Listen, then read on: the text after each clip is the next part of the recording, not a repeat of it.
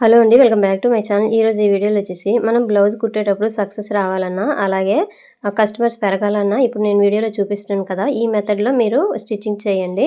చాలా neat finishing వస్తది. చూడడానికి కూడా అందంగా ఉంటదండి. ఫస్ట్ వచ్చేసి మనకి ఫినిషింగే చూస్తారండి ఎలాగుందని చెప్పేసి. చూసారు కదా ఎంత నీట్‌గా ఉందో. చూడండి ఇగోండి ఈ టైప్‌లోనే కుట్టారనుకోండి చాలా అందంగా కనిపిస్తదండి. ఫస్ట్ చూస్తారు కస్టమరు అంటే ఫినిషింగ్ ఎలాగుందా అనేసి. దాన్ని బట్టి మనకి బ్లౌజులు కూడా ఇవ్వడానికి చూస్తారండి. అందుకోసం ఇప్పుడైతే నేను ఒకటి స్టిచ్చింగ్ చేసి చూపిస్తాను ఎలాగని చెప్పేసి. ఇది లోడింగ్ పైపింగ్ అండి. ఇలాగ వేసామనుకోండి మనకి హెమ్మింగ్‌తో పని కూడా లేదనమాట. సో ఇప్పుడొచ్చేసి స్టిచ్చింగ్‌లోకి వెళ్ళిపోదాం రండి. వీడియో నచ్చితే లైక్ చేయండి ఫ్రెండ్స్. వీడియో చూస్తారు గానీ ఎవరికి లైక్ చేయడం లేదు. ప్లీజ్ లైక్ చేయండి. సో ఇప్పుడొచ్చేసి ఇగోండి మనం పైపింగ్ అనేది ఏ కలర్ వేస్తామో ఆ కలర్ క్లాత్ తీసేసుకొని క్రాస్‌గా కట్ చేసేసుకోండి. ఇప్పుడు చూడండి ఇది 12 నెంబర్ థ్రెడ్ అనమాట. ఇది నార్మల్ పాదంతోనైనా వేసేయవచ్చండి. అంటే నార్మల్ మిషన్ ఉంటాయి కదా! దాంతోనైనా వేసేయవచ్చు. ఇగోండి నేను క్రాస్ పెట్టి తీసేసుకున్నాను. దీనికి సిల్వర్ క్లాత్ అనేది యాడ్ చేస్తాననమాట. సో ఇప్పుడొచ్చేసి ఇగోండి ఈ సిల్వర్ క్లాత్‌ని ఇప్పుడు మనము ఇలా కట్ చేసుకున్నాం కదా! మిడిల్‌లో పెట్టేసి కుట్టేసేయండి.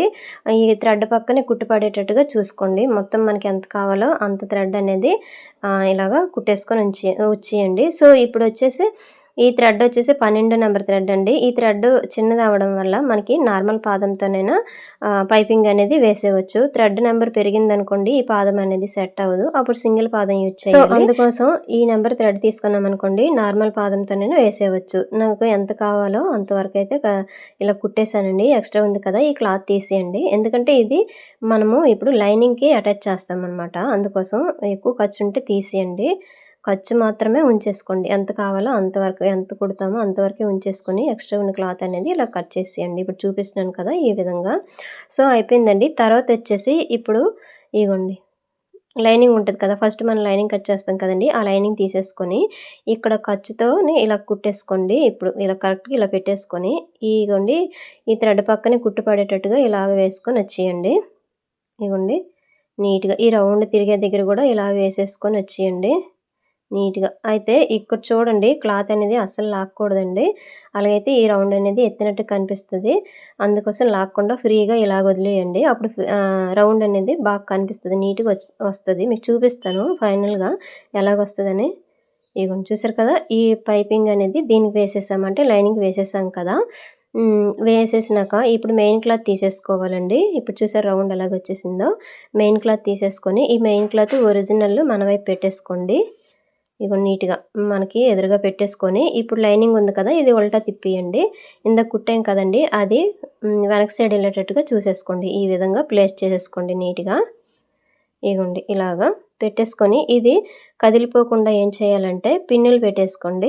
సో, ఈ క్లాతు మనం కుట్టేటప్పుడు కదిలిపోకుండా నీట్‌గా ప్లేస్ అవ్వాలంటే ఇట్లా పిన్నులు అక్కడక్కడ ఇలా పెట్టేసుకోండి.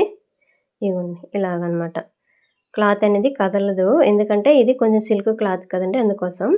కాటన్‌దైనా సరే ఫస్ట్ అయితే మనం ఇలా ప్లేస్ చేసుకున్నామనుకోండి పిన్నులు పెట్టేసుకుంటే అది అసలు నీట్‌గా వచ్చేస్తదనమాట ఫినిషింగ్ అనేది.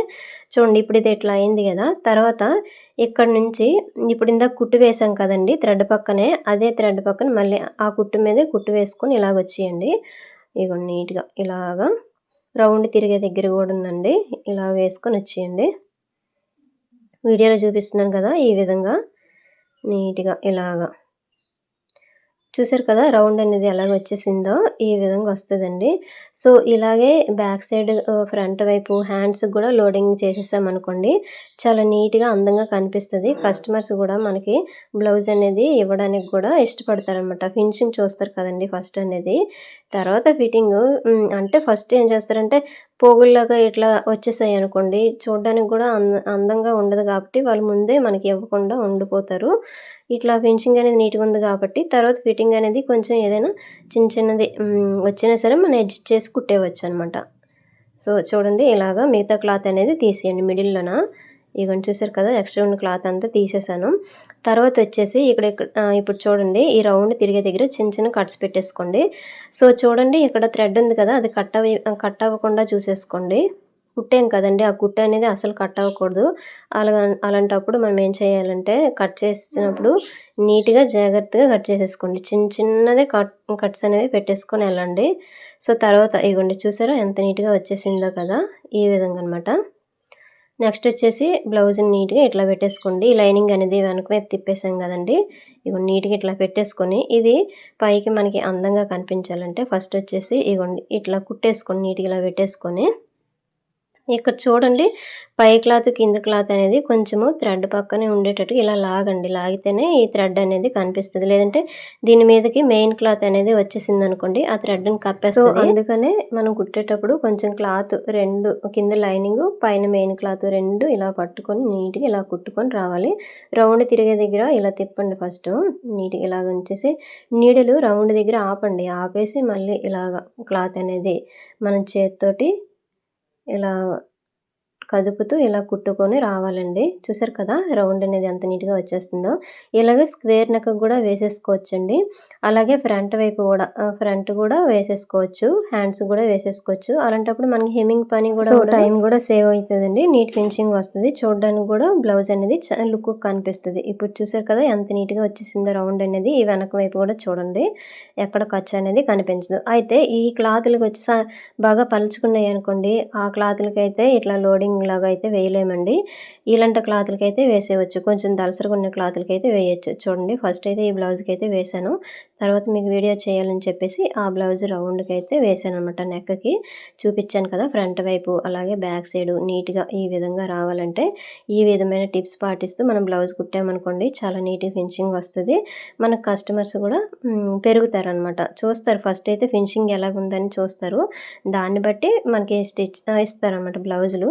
అందుకోసం ఈ విధంగా ట్రై చేయండి. ఇగోండి ఇక్కడ ఈ బ్లౌజ్కి వచ్చేసి నేను హ్యాండ్స్ పైపింగ్ వేయలేదండి. ఎందుకోసం అంటే ఇక్కడట అంచు ఉంది కదా, అంచు అనేది తిప్పేయమన్నారు. అందుకోసం అయితే ఇట్లా వేసాను.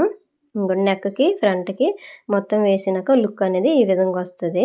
చాలా నీట్గా వస్తుందండి. సో చూసారు కదండి ఈ విధమైన బ్లౌజులు మనం కుట్టామనుకోండి చాలా అందంగా కనిపిస్తుంది. మన కస్టమర్స్ కూడా పెరుగుతారు. ఇక్కడ షేపులు కూడా చాలా రౌండ్గా నీట్గా వచ్చేసాయి. ఇంతేనండి వీడియో.